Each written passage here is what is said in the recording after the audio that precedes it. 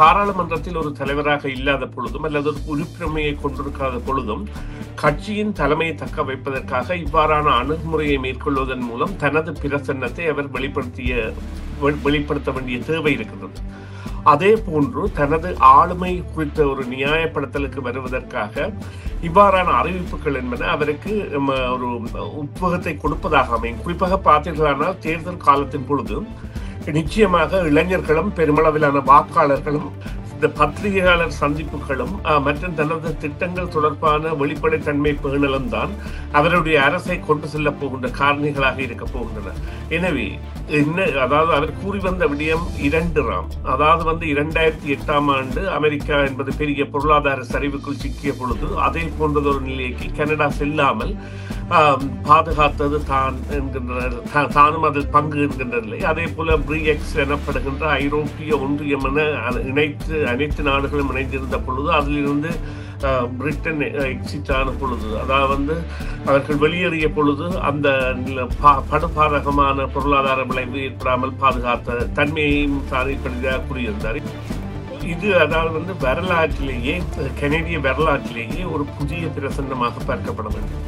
இது சாதாரணமாக ஒரு முடிக்குரிய உரியை அவர் நிகழ்த்துவதற்கான வருகையாக இங்கே வரவில்லை. நிச்சயமாக கனடாவின் சுதந்திரம் மற்றும் இறையாண்மை போன்றவற்றை உறுதி செய்வதற்கான அல்லது அமெரிக்காவிற்கு அது குறித்த ஒரு அழுத்தத்தை கொடுப்பதற்கான வருகையாகத்தான் இது பார்க்கப்படுகின்றது.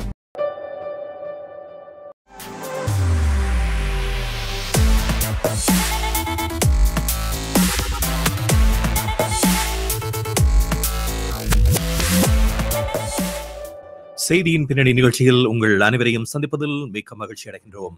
சமகால முக்கிய நிலவரம் தொடர்பாக பேசுகின்ற இன்றைய நிகழ்ச்சியில் இன்று நாங்கள் அமெரிக்க ஜனாதிபதி பல்வேறு நகர்வுகளை மேற்கொண்டு வருகின்றார். அதற்கு ஏற்றாற்போன்று கனடாவும் இசைவாக்கம் பெற வேண்டிய ஒரு நிலையில் எதிர்க்கட்சியினுடைய ஆதரவும் தேவைப்படுகின்ற ஒன்றாக இந்த விடயம் இருக்கின்ற நிலையில் நேற்றைய தினம் கன்சர்வேட்டிவ் கட்சி தலைவர் பியர் பொலியேவ் அவர்கள் ஒரு விடயத்தை தெரிவித்திருக்கின்றார். தான் இந்த விடயம் தொடர்பாக குறிப்பாக வரி விதிப்பு மற்றும் அமெரிக்க நலன் சார்ந்த விடயங்களில் கூடுதலாக தற்போதைய அரசாங்கத்தோடு சேர்ந்து பயணிப்பதற்கு தயாராக இருப்பதாகவும் அதற்கான ஒத்துழைப்பை வழங்க இருப்பதாகவும் தெரிவித்திருக்கின்றார். அதே நேரத்தில் இன்றைய தினம் பிரித்தானிய மன்னர் சார்ல்ஸ் அவர்களும் அவருடைய பாரியாரும் கனடாவை நோக்கி வர இருக்கின்றார்கள். நாளைய தினம் அவர்கள் நாடாளுமன்ற ஆரம்ப உரையை நிகழ்த்த இருப்பதாகவும் சிம்மாசன உரையை நிகழ்த்த இருப்பதாகவும் அறிவிக்கப்படுகின்றது. இந்த பயணம் கூட ஒரு செய்தியை அமெரிக்காவுக்கு சொல்லக்கூடிய ஒரு பயணமாக பலராலும் பார்க்கப்படுகிறது. இது குறித்து இன்றைய நிகழ்ச்சியில் நாங்கள் பேச இருக்கின்றோம். இப்பொழுது எங்களோடு சுரேஷ் தர்மா அவர்கள் இணைந்திருக்கின்றார். அவரை சந்திக்கின்றோம். இனிய காலை வணக்கம் சுரேஷ். இனிய காலை வணக்கம் ராம். இனிய காலை வணக்கம் நேயர்களே. ஆமாம், அமெரிக்க ஜனாதிபதியினுடைய நகர்வுகள் நாளுக்கு நாள் உலக பரப்பில் பல நாடுகளுக்கும் வரி விதிப்பு, அந்த வரியை இடைநிறுத்துவது அல்லது ஒத்திவைப்பது என்று அவருடைய பயணம் தொடர்ந்து செல்கின்றது. ஆனாலும் அவர் எடுக்கக்கூடிய நடவடிக்கைகளில் எந்தவித விட்டுக் கொடுப்புகளையும் அவர் செய்யக்கூடியவராக இருப்பார் என்ற கேள்விகள் பல தரப்பிலும் முன்வைக்கப்படுகின்றன. காரணம், பல்வேறு பேச்சுவார்த்தைகள் நடைபெற்ற பொழுதிலும் கூட அதற்கான உரிய தீர்வை பெற முடியாத நிலையில் தான் நாடுகள் இருப்பதை பார்க்கக்கூடியதாக இருக்கின்றது. இறுதியில் அந்த வரி விதிப்பு என்பது ஏதோ ஒரு வீதத்தில் இடம்பெறக்கூடும் என்பதுதான் பலரும் தெரிவிக்கிறார்கள். இந்த சூழலில் இப்பொழுது தேர்தல் முடிவடைந்து கன்சர்வேட்டிவ் கட்சி எதிர்க்கட்சியாக இருக்கின்ற சூழலில் எதிர்க்கட்சி தலைவர் யார் என்ற கேள்வியும் முன்வைக்கப்படுகிறது. ஆண்ட்ரூ ஷியர் அவர்கள் எதிர்க்கட்சி தலைவராக இருக்க போகிறார். இதே நிலையில் நேற்றைய தினம் தற்போதைய தலைவர் பியர் பொலிவே அவர்கள் ஒரு முக்கியமான விடயத்தை தெரிவித்திருக்கின்றார். கன்சர்வேட்டிவ் கட்சி தற்போதைய பிரதமரோடு இணைந்து பணியாற்றுவதற்கு தயாராக இருப்பதாகவும் மிக முக்கியமாக இந்த அமெரிக்க விடயம் தொடர்பாக அவர்களோடு சேர்ந்து பயணிப்பதற்கு தயாராக இருப்பதாகவும் கூறியிருக்கின்றார். இந்த அறிவிப்பு தற்போது நாடாளுமன்றம் கூடுகின்ற நிலையில் வெளிவந்திருப்பதற்கான முக்கிய காரணமாக நீங்கள் எவற்றை பார்க்கின்றீர்கள்? ஏனென்றால் தேர்தலில் இந்த விடயம் தொடர்பாக கன்சர்வேட்டிவ் கட்சி தொடர்பாக விமர்சனங்கள் இருந்த நிலையில் இப்பொழுது இந்த தகவலை பியர் பொலியே வெளியிட்டிருக்கின்றார். இதை எப்படி நீங்கள் பார்க்கிறீர்கள்? நிச்சயமாக ராம், அவர் பாராளுமன்றத்தில் ஒரு தலைவராக இல்லாத பொழுதும் அல்லது ஒரு உறுப்பினரையை கொண்டிருக்காத பொழுதும் கட்சியின் தலைமையை தக்க வைப்பதற்காக இவ்வாறான அணுகுமுறையை மேற்கொள்வதன் மூலம் தனது பிரசன்னத்தை அவர் வெளிப்படுத்த வேண்டிய தேவை இருக்கின்றது. அதே போன்று தனது ஆளுமை குறித்த ஒரு நியாயப்படுத்தலுக்கு வருவதற்காக இவ்வாறான அறிவிப்புகள் என்பன அவருக்கு ஒரு உத்வேகத்தை கொடுப்பதாக அமையும். குறிப்பாக பார்த்தீர்களானால் தேர்தல் காலத்தின் பொழுது நிச்சயமாக இளைஞர்களும் பெருமளவிலான வாக்காளர்களும் அவருக்கு வாக்களித்திருந்தார்கள். இருந்த பொழுதிலும் அந்த வாக்குகள் நிச்சயமாக பாராளுமன்ற உறுப்பினர்களாக வந்திருந்தன என்றால் அதற்குரிய தன்மைகள் இல்லாமல் இருந்திருந்தன. அதற்குரிய காரண காரியங்களை ஆராய்ந்து மீண்டும் ஒரு அரசாக, அதாவது தாங்கள் அரசாங்கம், அதாவது கவர்மெண்ட் இன் வெயிட்டிங், ஆளுமைக்கு வருவதற்கான அரசாக அல்லது ஆட்சிக்கு வருவதான அரசாக இருப்பதான ஒரு நிலைமையைத்தான் அவர் தற்பொழுது கொண்டிருக்கின்றார். அந்த நம்பிக்கையை அவர் காப்பாற்றுவதற்காக ஒரு காலத்தை வாங்குவதற்கான தேவையாக கூட இதனை அவர் தெரிவிக்க வேண்டிய அவசியம் இருக்கின்றது என்று சொன்னால், இந்த கடந்த தேர்தலின் பொழுது நிச்சயமாக அவரது அந்த ஆளுமையின் கீழ் பல யூனியன்கள் கன்சர்வேட்டிவ் கட்சிக்கு ஆதரவு அளித்திருந்தன. இது ஒரு முதலாவது, அதாவது தொழிற்சங்கங்கள் கன்சர்வேட்டிவ் கட்சிக்கு ஆதரவு வழங்குவது என்பது சாதாரணமான ஒரு நடைமுறை அரசியலில் மிக மிக அரிது. அவ்வாறான நிலையில் அவர் பல தொழிற்சங்கங்களின் ஆதரவை பெற்றிருந்தார். குறிப்பாக டொரண்டோ போலீஸ் சேவை தொழிற்சங்கம் கூட தனது ஆதரவை எல்லாம் வழங்கியிருந்தது.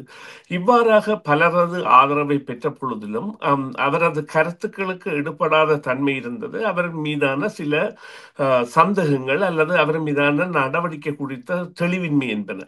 குறிப்பாக அவர் தனது இந்த அதாவது இந்த பாதுகாப்பு சம்பந்தமான நிலைப்பாட்டில் security clearance, stop security clearance, அதனை அவர் பெறவில்லை என்கின்ற குற்றச்சாட்டு பல கனேடியர்களை ஏன் என்ற கேள்விக்கு உள்ளாக்கி இருந்ததை காணக்கூடியதாக இருந்தது.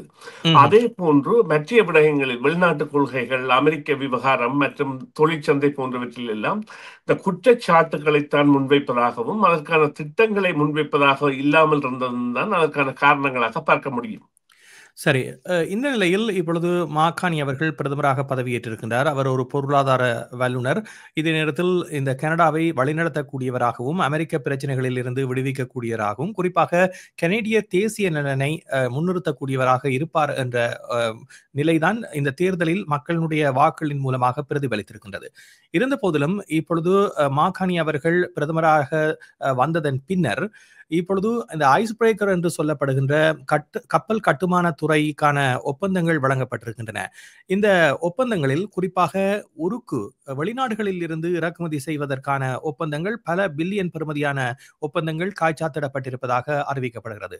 இதில் குறிப்பாக வாக்களித்த மக்களில் பலர் தெரிவிக்கின்ற கருத்து என்னவென்றால், கனடாவை முன்னிறுத்தி வாக்கு கேட்டு வந்தவர் அவர் பிரதமரானவுடன் இந்த ஒப்பந்தங்கள் காய்ச்சாத்தாகும் பொழுது ஏன் இந்த விடயங்களை கையளிக்கவில்லை? ஏனென்றால் ஒரு ஸ்வீடன் நிறுவனமும் இதோடு சம்பந்தப்பட்டிருக்கின்றது.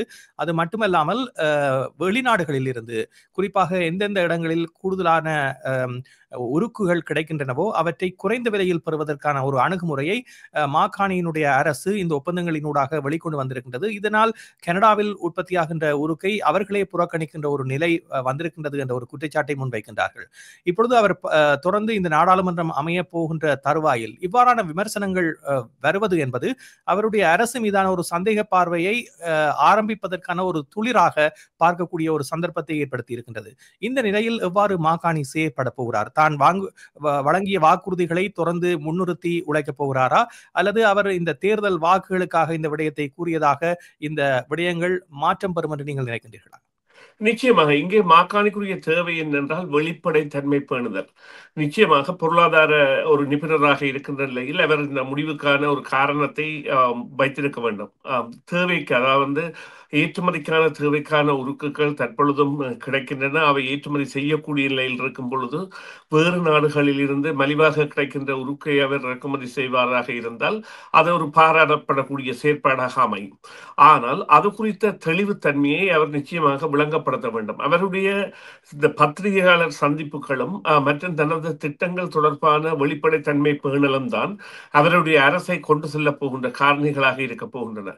எனவே அதாவது அவர் கூறி வந்த விடயம் 2 ராம், அதாவது 2008ஆம் ஆண்டு அமெரிக்கா என்பது பெரிய பொருளாதார சரிவுக்குள் சிக்கிய பொழுது அதே போன்றதொரு நிலைக்கு கனடா செல்லாமல் பாதுகாத்தது தான் என்கின்ற தானும் அதில் பங்கு என்கின்ற நிலை. அதே போல பிரிஎக்ஸ் எனப்படுகின்ற ஐரோப்பிய ஒன்றியம் என இணைத்து அனைத்து நாடுகளும் இணைந்திருந்த பொழுது அதிலிருந்து பிரிட்டன் எக்ஸிட் ஆன பொழுது, அதாவது அவர்கள் வெளியேறிய பொழுது அந்த படுபாதகமான பொருளாதார விளைவு ஏற்படாமல் பாதுகாத்த தன்மையையும் தான் இப்படியாக கூறியிருந்தார். இங்கே ஒரு விடயம் இருக்கின்றது. உலகிலேயே ஒரே ஒரு நபர் தான் இதுவரை 2 நாடுகளின் மத்திய வங்கி ஆளுநராக இருந்திருக்கின்றார் என்கின்ற ஒரு பெருமையை பெற்றிருக்கின்றார் மாகாணி அவர்கள்.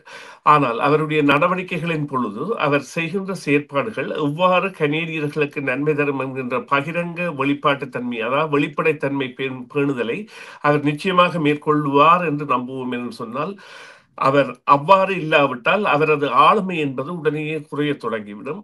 அவ்வாறான நிலையில் இங்கே நாங்கள் அந்த அமெரிக்கா என்பதை எதிர்ப்பது அல்லது அமெரிக்கா என்பதை தவிர்ப்பது என்பது தள்ளாட தொடங்கிவிடும். இப்பொழுது நீங்கள் குறிப்பாக ஒரு விடயத்தை குறிப்பிட்டிருந்தீர்கள், இந்த டொனால்ட் ட்ரம்ப் அவர்களுடைய வரி விதிப்பு தொடர்பான இது அது நிச்சயமாக அவர்களுக்கு பாதிப்பை ஏற்படுத்த தொடங்கிவிட்டது. உள்ளூரில் ரிப்பப்ளிக்கன் செனட்டர்ஸே கனடாவுக்கு வந்து கனேடிய மக்களை அங்கே வருமாறு கேட்கின்ற அளவிற்கு அங்கே உள்ள அந்த எல்லை மாநிலங்களில் எல்லாம் வீழ்ச்சிகள் கண்டுவிட்டன. குறிப்பாக நாங்கள் இருக்கின்ற சிட்டியை எடுத்து பார்த்தால் நிச்சயமாக பஃப்லோவில் உள்ள அல்லது நயக்ரா ஃபால்ஸில் உள்ள பல வியாபாரங்களும் கனேடியர்களை நம்பியவையாக இருக்கின்றவை. அதே போல நியூயார்க் நகரம் கூட, தூங்காத நகரம் கூட பல ஆயிரம் கனேடியர்களை வருகை கொண்டதாக இருக்கின்ற நாடு. அவ்வாறான நிலைமை பாதிப்புகளை எல்லாம் அவர்கள் உணரத் தொடங்கிய பாடியால் இந்த வரி விதிப்பு என்பதெல்லாம் சில வேளைகளில் மாறுதல்கள் பெற வேண்டும் என்கின்ற நிலையை விட மாறியே ஆக வேண்டும் என்கின்ற ஒரு கட்டாயத்திற்கு தள்ளப்படும்.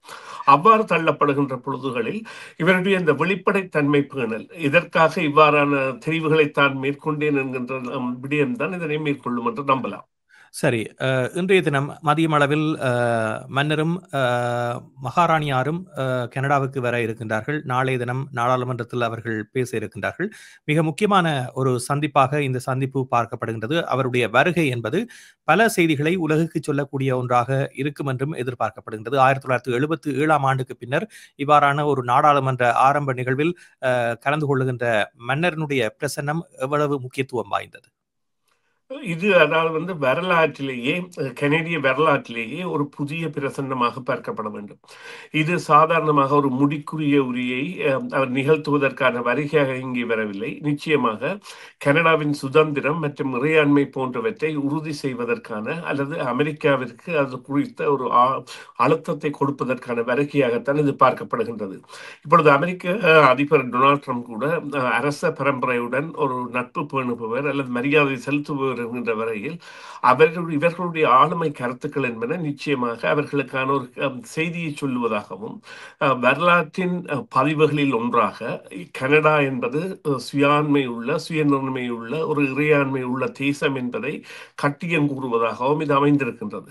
இப்பொழுது கூறுங்கள் இவ்வாறு, அதாவது டொனால்ட் ட்ரம்ப் அவர்கள் இன்றைய தனது ட்விட்டர் பதிவில் கூறியிருக்கின்றார், பூட்டின் உக்ரைனை முற்றுமுழுதாக ஆக்கிரமிக்க நினைத்தால் அதை நினைக்க முடியும், அது ரஷ்யாவின் வீழ்ச்சியாக முடிந்துவிடும் என்று. அதே நிலையில் தான் அமெரிக்கா கூட பொருளாதார ரீதியில் இவ்வாறான கனடாவை பாதிப்புகள் ஏற்படுத்த நினைத்தால் அது அமெரிக்காவின் வீழ்ச்சியாக முடிந்துவிடும் என்பது அது போரியல் அல்ல, பொருளாதார போரியல். அந்த நிலைக்கு கொண்டு செல்கின்ற நிலையில் இருக்கின்ற பொழுது கனடாவின் ஆளுமையை வலியுறுத்துகின்ற ஒரு சந்தர்ப்பமாக இது அமைந்திருக்கின்றது. அவ்வாறுதான் கூற முடியும். அத்தோடு நிச்சயமாக இது கனேடிய மக்களுக்கும் ஒரு உற்சாகம் தருகின்ற நிகழ்வாகவும், இந்த இங்கிலாந்துடனான உறவு என்பது மேன்நிலைப்படுத்தப்படுவதாகவும் இருக்கும் என்பதில் எந்தவித ஐயமும் இல்லை. நன்றி சுரேஷ், நிகழ்ச்சியில் கலந்து கொண்டமைக்கு. இந்த நிகழ்ச்சியினுடைய ஒலிப்பதிவை நீங்கள் எமது சமூக வலைதளத்தில் பார்வையிடலாம். அதோடு உங்களுடைய கருத்துக்களும் வரவேற்கப்படுகின்றன. நிகழ்ச்சியில் கலந்து கொண்ட உங்களுக்கு நன்றி கூறி விடைபெறுகின்றோம். மீண்டும் மற்றொரு பொழுதிலே சந்திப்போம். நன்றி ராம், நன்றி நேயர்களே, மீண்டும் ஒரு பொழுதில் சந்திப்போம்.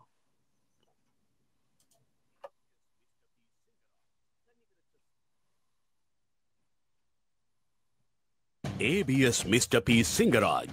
CMR யூடியூப் சேனலில் இணைந்திருக்கும் நேயர்கள் அனைவருக்கும் எமது நன்றி.